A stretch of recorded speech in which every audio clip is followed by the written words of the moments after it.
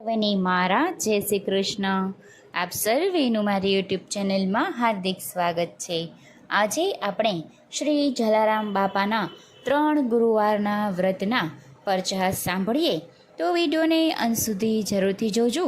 અને જો ચેનલમાં નવા હોય અને ચેનલને સબસ્ક્રાઈબ ના કરી હોય તો જરૂરથી કરજો. જલારામ બાપાના પરચા. કલ્પનાબેન અને સુપલભાઈ સુરતમાં સ્થાયી થયા તે 15 વર્ષ થયા. એક ડાઇનિંગ હાઉસમાં સુપલભાઈ ખૂબ જ મહેનતથી રૂપિયા કમાતા.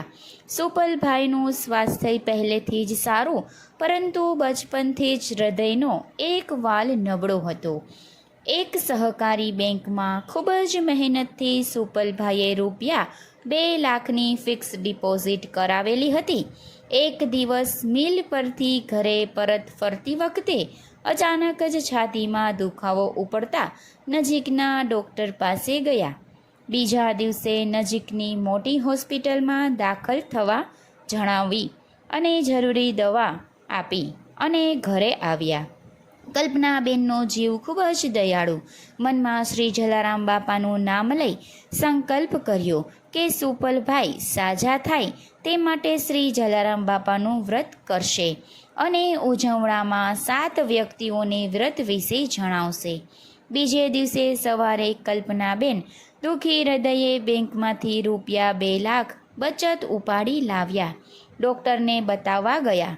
છાતીના એક્સરે અને બીજા રિપોર્ટ કઢાવ્યા અને બીજે દિવસે ડૉક્ટર પાસે જતા જૂની શરદીના કારણે છાતીમાં દુખાવાનું કારણ જણાયું અને ત્રીજે દિવસે એ સહકારી બેંક પણ ઉઠાણું કરી નાખી. આમ કલ્પનાબેનના રૂપિયા પણ બચી ગયા અને નહિવત ખર્ચામાં પતિની બીમારી દૂર થઈ ગઈ અને સ્વાસ્થ્ય પ્રાપ્ત થયું.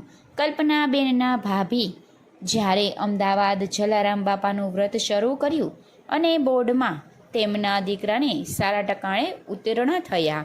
આમ કલ્પનાબેન અને તેમના ભાભી બંનેને શ્રી જલારામ બાપાનું વ્રત ખૂબ જ ફળ્યું. નબળો ધંધો ચાલતો થયો. ભદ્રેશભાઈ અમદાવાદમાં નાના સરખો ડિપાર્ટમેન્ટલ સ્ટોર ચલાવતા હતા. છેલ્લા ઘણા સમયથી તેમનો ધંધો ધીમો ચાલતો હતો. પત્ની તેજલબેન સાથે સુખે દુઃખે રહેતા એક દિવસ તેજલબેને તેમની ભાભી સાથે બજારમાં ગયા.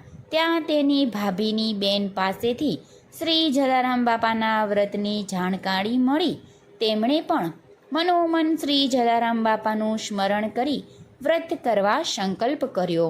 વ્રત ચાલુ કર્યાને 2 અઠવાડિયા થયા અને એક દિવસ રાત્રે ધંધા પરથી ભદ્રેશભાઈ ઘરે આવી અને તેજલબેનને ખુશખબર આપ્યા કે અમદાવાદની એક મોટી કંપનીના સ્ટાફની કેન્ટીન માટે જરૂરી દરેક વસ્તુ પૂરી પાડવાનો કરાર મળી ગયો છે અને મહિને 3 ગણી આવક થશે. વ્રતના ઉજવણાના દિવસે તો તેમનો ધંધો ચાલુ થઈ ગયો હતો અને તેજલબેને પહેલું વ્રત ધામધૂમથી ઉજવ્યું અને સંકલ્પ કર્યો કે બીજી વખત પણ હું આ શ્રી જલારામ બાપાનું વ્રત કરીશ. આમ વર્ષમાં તેમને 7 વખત શ્રી જલારામ બાપાનું વ્રત કર્યું. વર્ષના અંતે તેજલબેન અને ભદ્રેશભાઈના ઘરે ગાડી પણ આવી ગઈ અને સુખેથી રહેવા લાગ્યા.